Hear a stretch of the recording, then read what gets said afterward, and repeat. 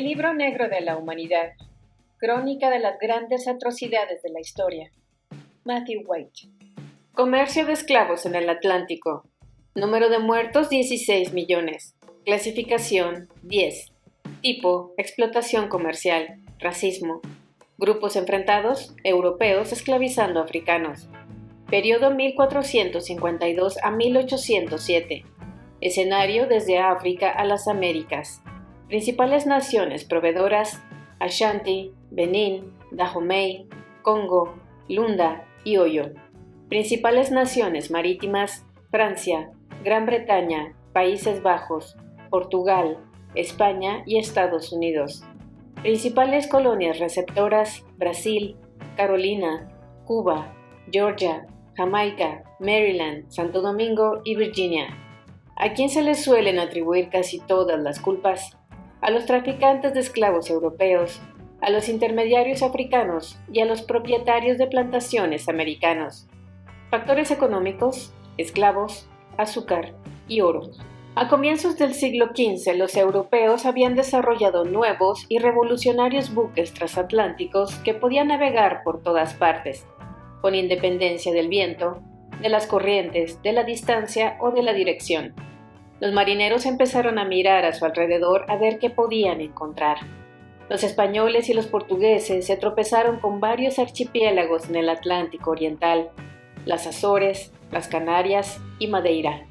Los portugueses empezaron también a husmear hacia el sur a lo largo de la costa africana, buscando la fuente del oro que desde el principio de la historia escrita había fluido desde África sin cesar.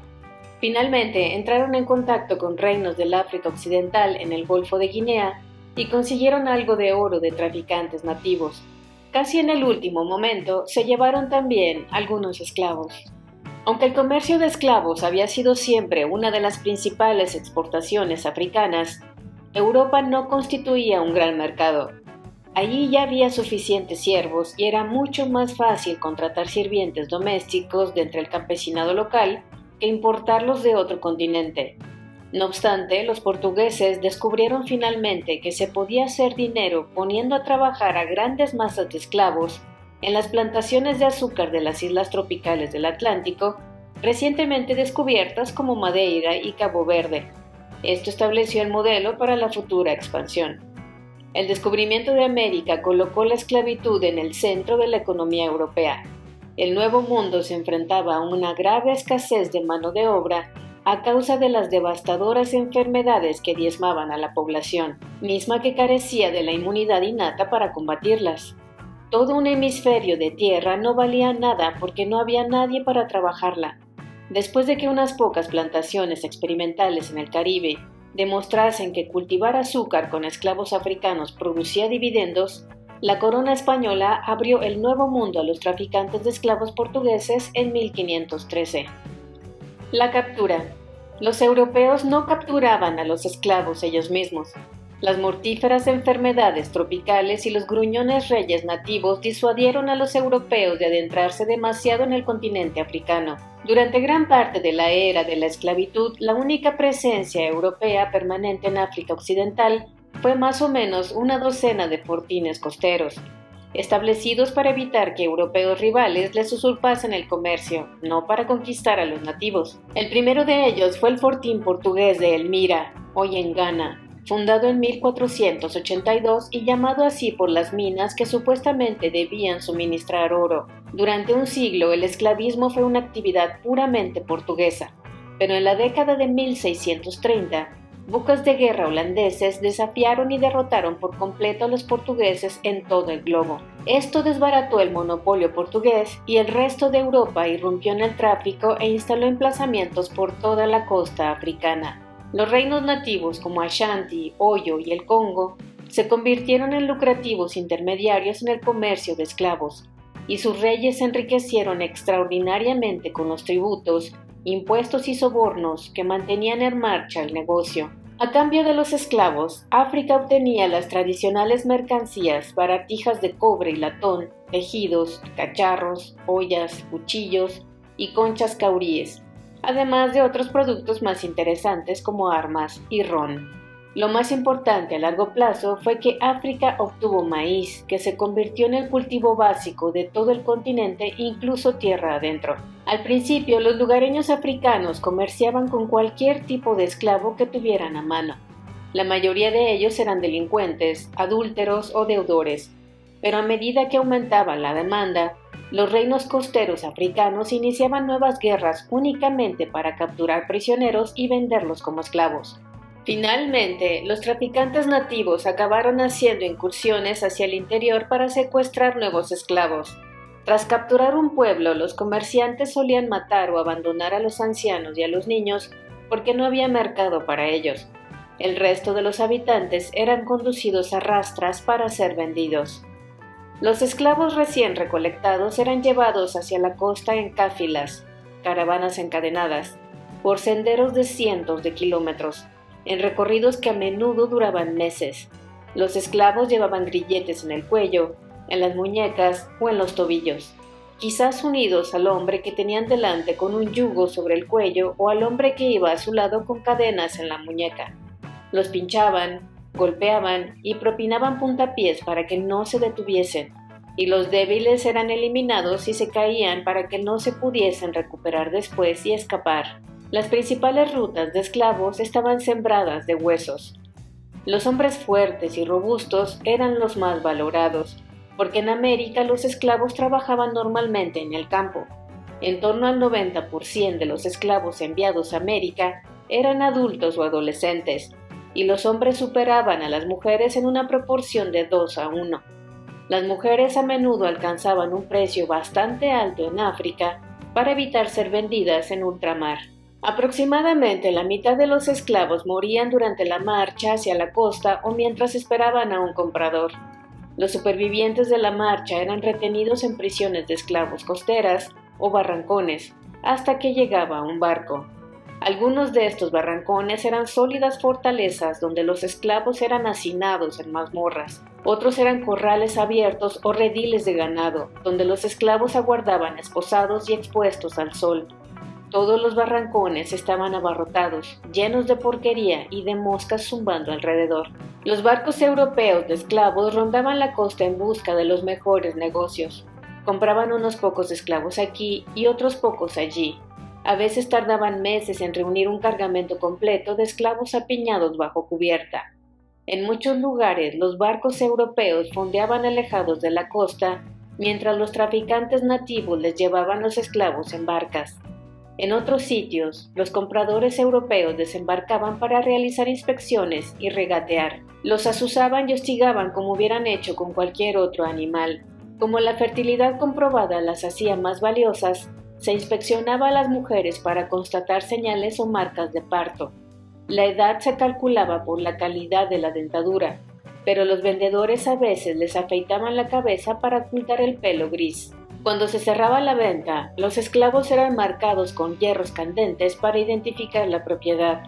A continuación eran conducidos desnudos a bordo de los barcos, porque las ropas tan solo añadían suciedad durante el viaje hacia el Nuevo Mundo.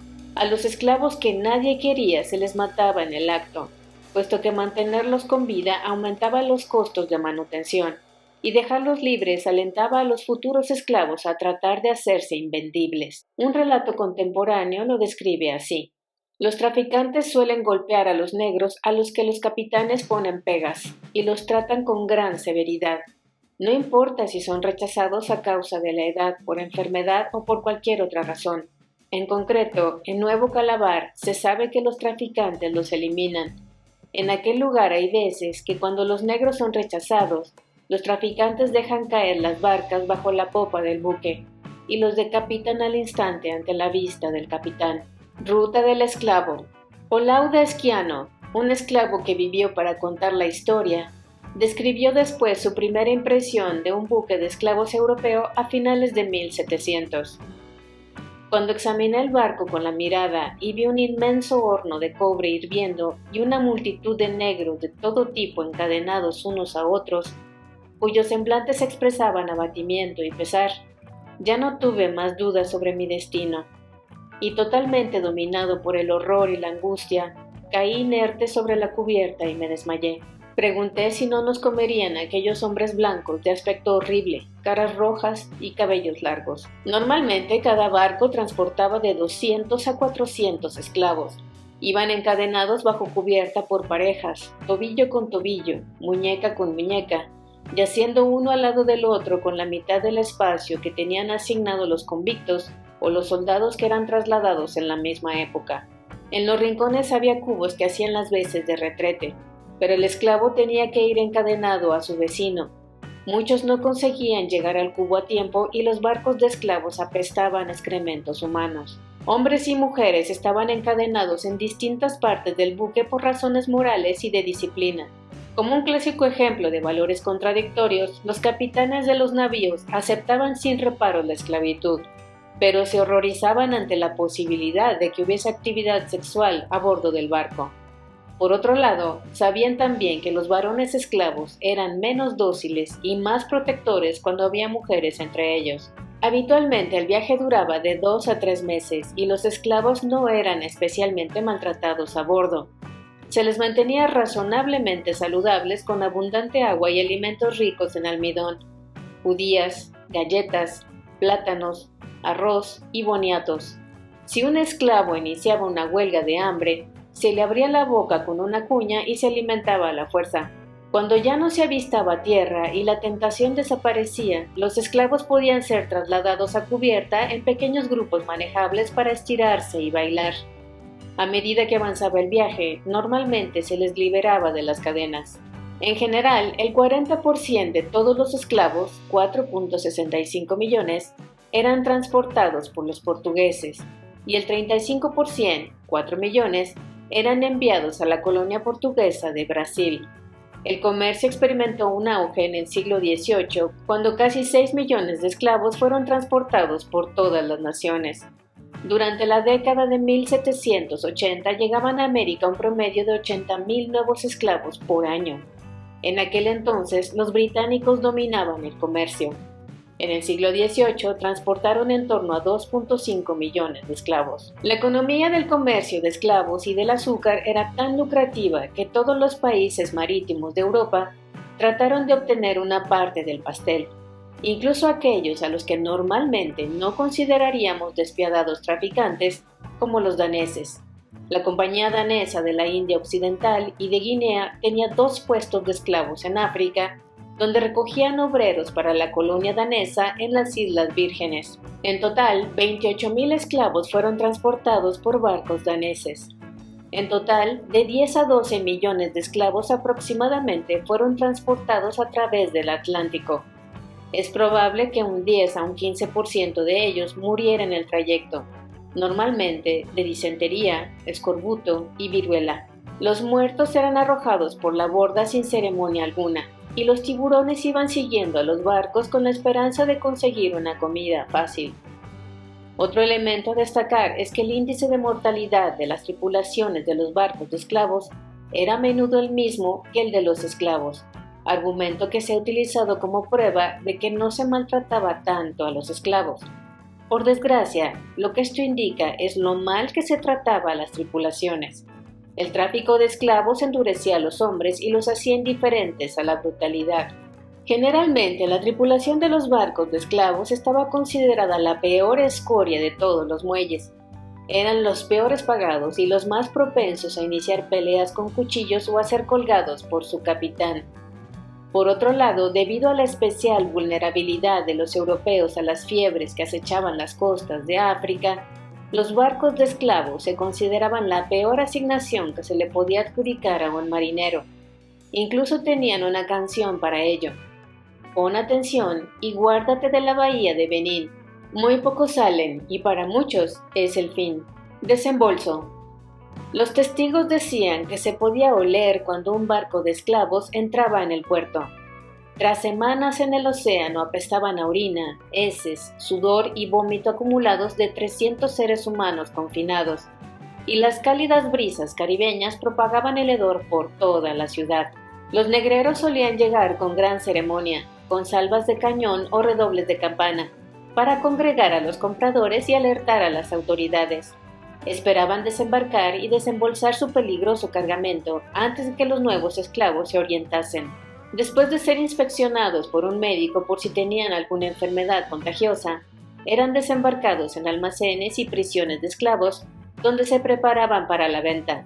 Los nuevos esclavos eran engordados, lavados y engrasados para que resultasen más atractivos que los desdichados esqueletos que en un principio habían desembarcado tambaleantes. Eran exhibidos, inspeccionados y subastados. Una vez terminada la venta, los esclavos eran marcados por sus nuevos dueños con hierros candentes.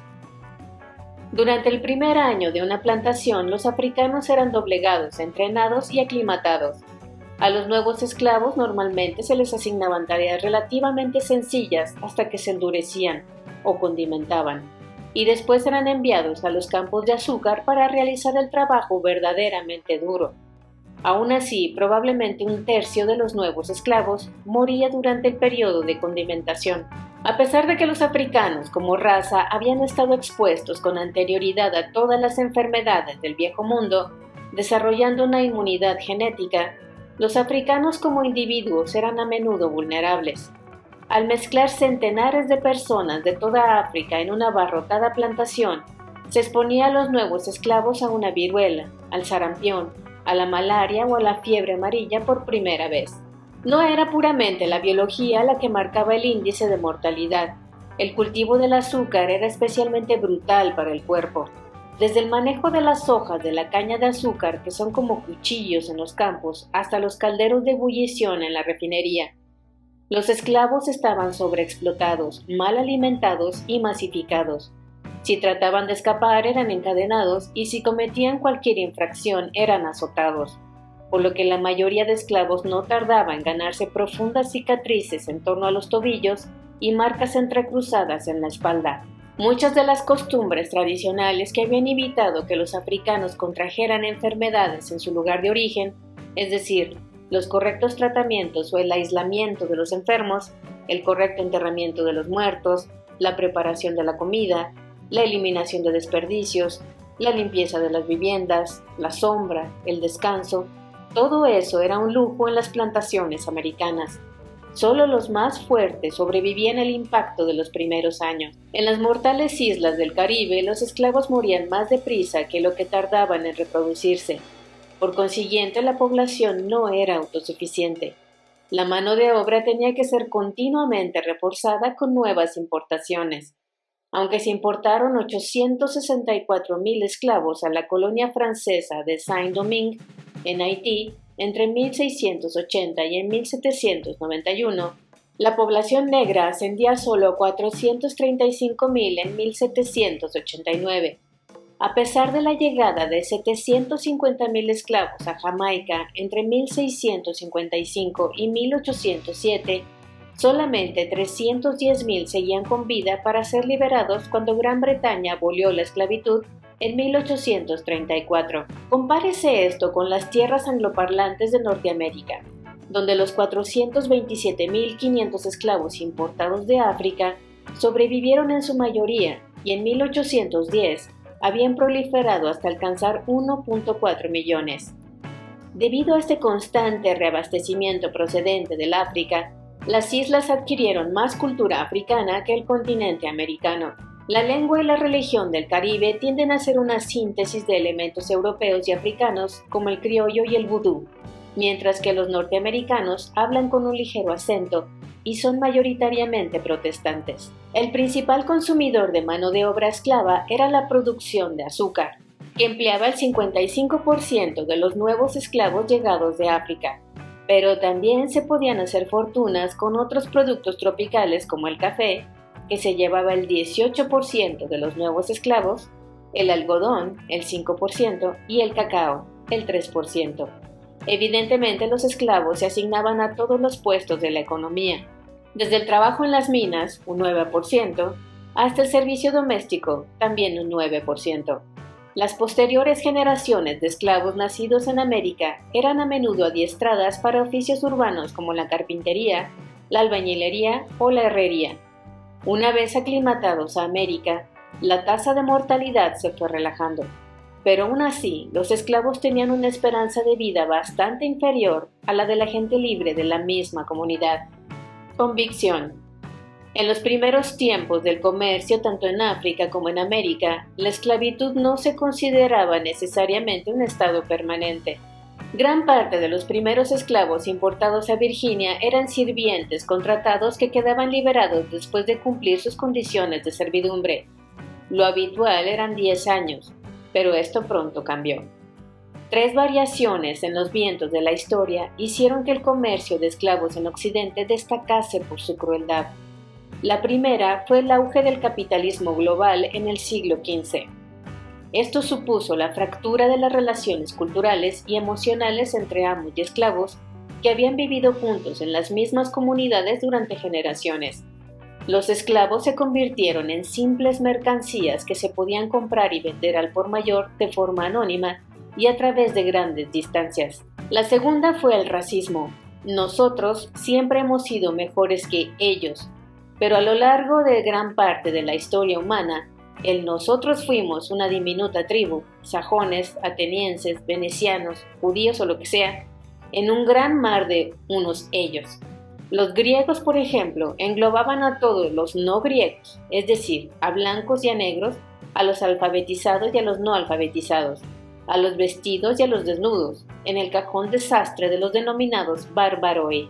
Con tantos ellos esparcidos por todas partes, había un límite en cuanto a la cantidad de daño que nosotros podíamos infligir. Solo después se expandió el nosotros para incluir a todos los que tienen el mismo aspecto que nosotros en un mismo paquete en oposición a todos aquellos que tienen un aspecto diferente. El tráfico de esclavos inventó en buena parte el racismo, esta división de la humanidad en grupos organizados únicamente por la apariencia física. En el Nuevo Mundo, donde vivían numerosos africanos en condición de esclavos, se desarrolló el círculo vicioso de que la esclavitud era la condición obvia y natural de los africanos. Una vez asociada la piel oscura con la esclavitud, para los europeos toda persona de piel oscura debía ser un esclavo, y si no lo era, bueno, entonces tendría que serlo. Si los propietarios liberaban a demasiados esclavos africanos tras un periodo de esclavitud, se crearía una clase de negros libres entre las que podrían ocultarse los fugitivos. Los dueños de esclavos tenían que oponerse enérgicamente a la proliferación de una comunidad de negros libres independiente y no regulada, pero para ello tenían que justificar estas acciones apelando a la ideología racista. La tercera variación fue que el auge de las ideas liberales de la dignidad personal innata eliminó muchas formas intermediarias de desigualdad como la servidumbre, el concubinato y los aprendices. Estas diferentes clases y castas antaño habían llenado el vacío entre el esclavo y el nacido libre con una serie de pequeños escalones, evitando el insalvable abismo. La esclavitud de la América del siglo XIX no fue peor que la esclavitud de la América del siglo XVII, pero al extenderse los derechos de los ciudadanos corrientes, el contraste con los esclavos se hizo más evidente. Abolición. En 1781, el buque de esclavos británico Song se perdió en algún lugar de Jamaica, quedando varado a causa de la calma y perdiendo a los esclavos por las fiebres y la mala planificación. La inversión del capitán iba mermando. Por desgracia, el seguro no cubría a los esclavos que morían de causa natural a bordo del navío, pero sí pagaba por el cargamento que se perdía en el mar, o que se echaba por la borda para aligerar la carga o conservar los menguantes recursos, algo que los transportistas solían hacer rutinariamente con el ganado. El capitán empezó a arrojar por la borda a docenas de esclavos enfermos. Durante varios días, 132 esclavos murieron ahogados de este modo. Cuando el capitán llegó a tierra, presentó a la aseguradora una reclamación por los esclavos perdidos. Cuando la compañía se negó a pagar, el capitán la demandó. El juicio pasó casi desapercibido, igual que había ocurrido con tantos otros, pero un pequeño aviso legal en el periódico captó la atención de los abolicionistas, que armaron un escándalo. Esto no afectó al caso, pero contribuyó a movilizar a las fuerzas de la abolición. El propio hecho de que hubiera abolicionistas era ya una victoria para la Ilustración y para la Reforma protestante. Durante los milenios anteriores, la crítica más feroz que cualquiera de las principales religiones había lanzado era la ocasional recomendación de tratar mejor a los esclavos. Aparte de esto, las escrituras tendían más a citar la esclavitud en términos de aprobación como un modelo de relación entre el hombre y Dios. El Viejo Testamento maldecía y condenaba a los descendientes de Canaán a la esclavitud. San Pedro y San Pablo enseñaban a los esclavos a obedecer a sus dueños. En 1452, el Papa Nicolás V promulgó el Dum Diversas, que concedía a los países católicos el permiso completo y absoluto para invadir, perseguir, capturar y someter a los sarracenos, a los paganos y a cualquier otro infiel y enemigo de Cristo ahí donde estén, y reducirlos a perpetua esclavitud.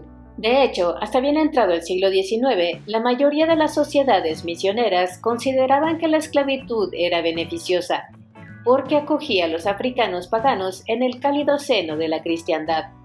No obstante, el escindido cristianismo había creado una ala izquierdista dedicada a la igualdad de las personas. Algunos de estos grupos escindidos, primero los menonitas, 1688, después los cuáqueros, de 1696, y a continuación los metodistas más numerosos, 1774, empezaron a levantar la voz contra la existencia de la esclavitud. En 1775, los cuáqueros de Filadelfia organizaron la primera sociedad abolicionista de América. Los cuáqueros ingleses establecieron en su país la primera sociedad antiesclavista en 1783. Estos extremistas radicales habrían pasado fácilmente desapercibidos de no ser por la amplia aceptación de las ideas liberales durante la Ilustración del siglo XVIII. A pesar de que los filósofos de la Ilustración solían rechazar el cristianismo como mera superstición, coincidían con los cuáqueros en que todos los hombres nacen libres e iguales. A medida que el liberalismo se fue infiltrando en la sociedad, cada vez era más difícil permanecer en silencio ante la esclavitud. A finales del siglo XVIII, las mentes más destacadas de la civilización occidental, Bentham, Hume, Locke, Montesquieu, Rousseau y Voltaire, por ejemplo, ya habían reconocido la injusticia de la esclavitud. De todos los aspectos de la esclavitud, el tráfico de esclavos fue el que más fácilmente obtuvo las simpatías del público, porque rompía familias y sometía a las víctimas inocentes a un innegable sufrimiento e indignidad. Este fue el primer elemento de la esclavitud occidental que se desmoronó ante el asalto moral. Tras años de debates parlamentarios, los británicos finalmente prohibieron el tráfico internacional de esclavos en 1807, y la mayoría de los países civilizados le siguieron los pasos a lo largo de la década siguiente. Algunos, como España y Portugal, tuvieron que ser amenazados por otros países para que decretasen dicha prohibición, y solo aprobaron leyes ineficaces que ni siquiera obligaban a cumplir.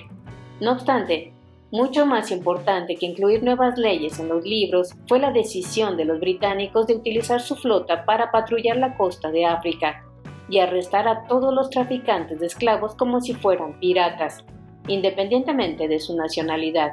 Durante varias décadas, el Océano Atlántico fue testigo de un continuo juego de policías y ladrones, y como ocurre con la mayoría de actividades ilegales, la esclavitud se radicalizó y se hizo más brutal. Para evitar ser apresados con esclavos a bordo, algunos buques de esclavos amarraban su cargamento con una única cadena larga. Si avistaban algún barco patrulla, el primer esclavo era arrojado por la borda, y la cadena arrastraba a todos los demás al océano uno tras otro. La prueba incriminatoria yacía en el fondo del mar, cuando la Marina Real abordaba el navío. Entre 1820 y 1870, la Marina Británica apresó a casi 1.600 barcos y liberó a 150.000 esclavos. La mayoría de ellos eran descargados en Freetown, en Sierra Leona, porque era imposible devolverlos a sus diferentes lugares de origen. La Marina Americana, mucho más pequeña, no tardó en unirse a las patrullas de control, y con el tiempo llegó a descargar 6.000 esclavos liberados en Monrovia, en Liberia. Abolición, segunda fase. Técnicamente, aquí termina este capítulo. En mi lista de los 100 multicidios tan solo cuento las muertes causadas por el comercio de esclavos durante la captura, transporte y aclimatación, no las muertes de los esclavos una vez asentados. Por consiguiente, esta gran mortandad termina con la abolición del comercio transoceánico.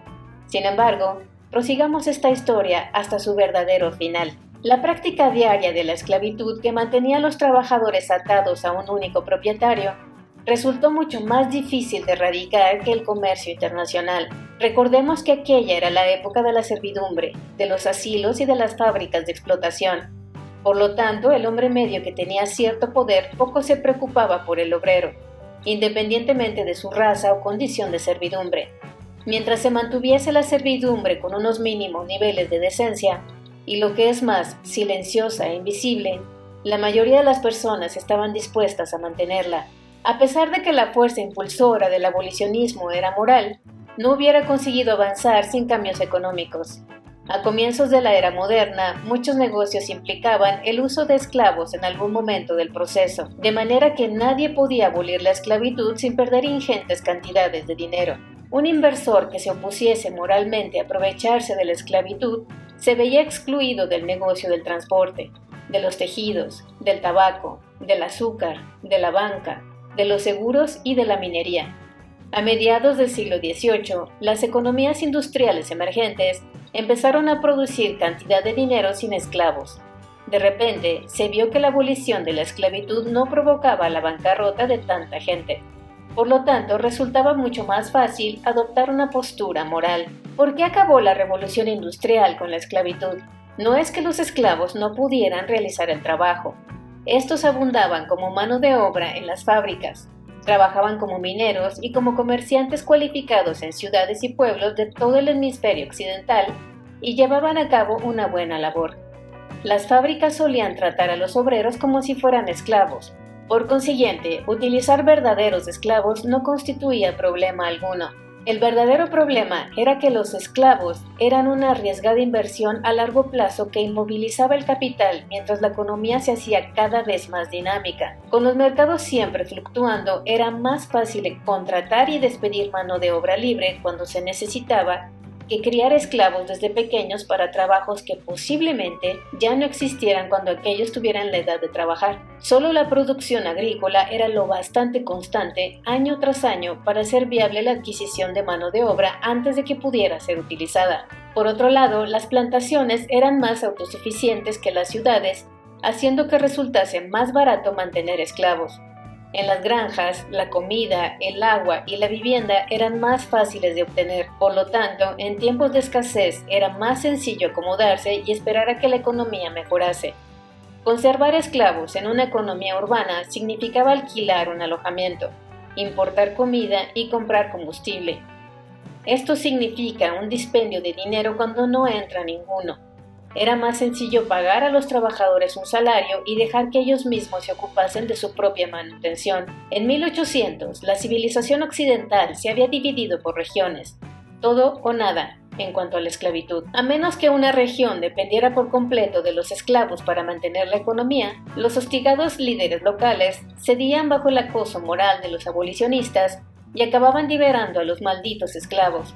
Cualquier cosa para sacarse de encima a los cuáqueros. Con la primera generación del movimiento abolicionista, la esclavitud desapareció de las economías más urbanas del mundo.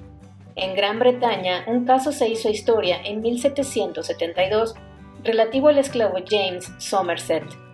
Decidió que no podía imponerse la esclavitud bajo la ley inglesa. Los estados y territorios norteamericanos abolieron la esclavitud entre 1777 Vermont y 1804 en Nueva Jersey. El gobierno revolucionario de Francia abolió la esclavitud en su país tan pronto como accedió al poder en 1791 y en las colonias tras mucho debate en 1794. En regiones más cálidas donde el cultivo industrial realizado por esclavos era el principal sostén de la economía, la esclavitud sobrevivió a estas primeras batallas. Por temor a la bancarrota y a la liberación de miles de salvajes descontrolados en sus indefensas comunidades, los propietarios de esclavos se mantuvieron obstinadamente contrarios a cualquier reforma. Los políticos se dividieron, estallaron las disputas. La emancipación negociada se hizo casi imposible en las regiones en las que la esclavitud estaba más profundamente arraigada.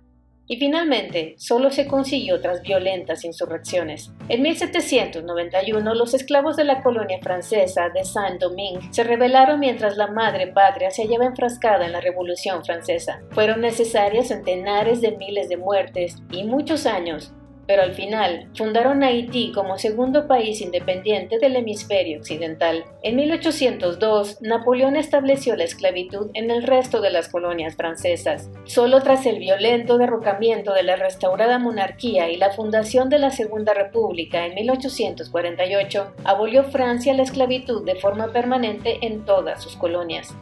El Parlamento británico abolió la esclavitud en todas sus colonias en 1833.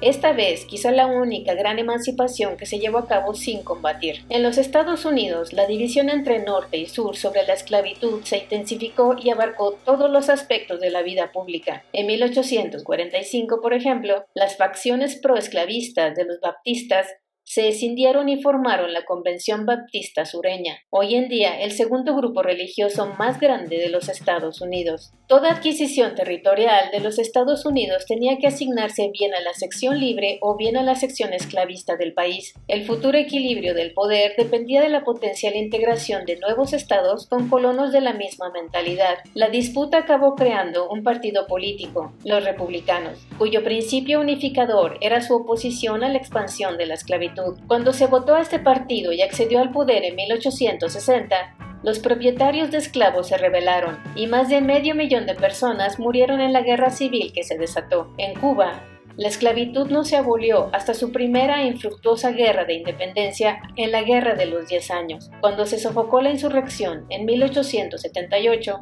habían escapado demasiados esclavos como para poder atraparlos a todos.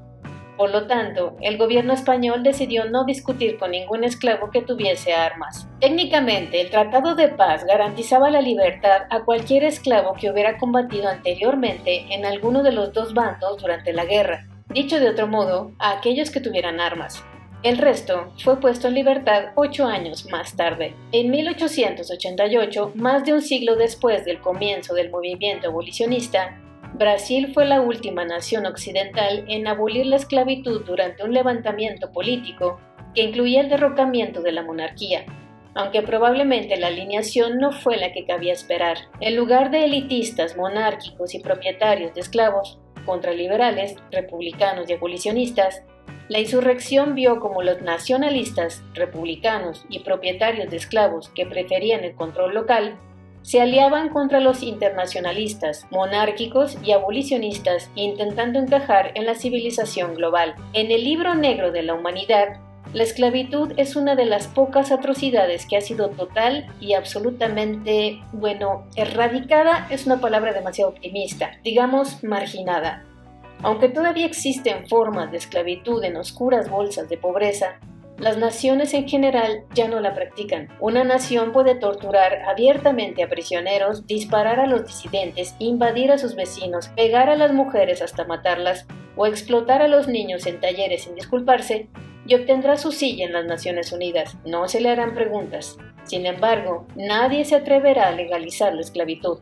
La esclavitud pura y dura es el tabú más sólido del derecho internacional y por lo menos es un comienzo.